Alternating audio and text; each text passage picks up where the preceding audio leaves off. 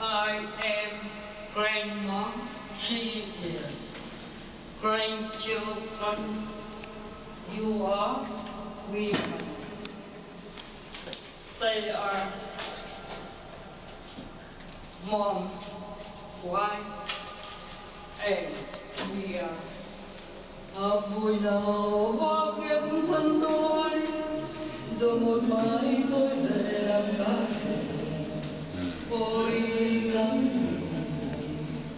tiền thôi không vui, bao nhiêu năm đắm kiếm còn người, chợt một chiều tóc trắng như vôi, lá hoa trên cao rụng đầy. Hợp vui nào hoa kiếp thân tôi, rồi một mai tôi về làm cá thể. Ôi lắm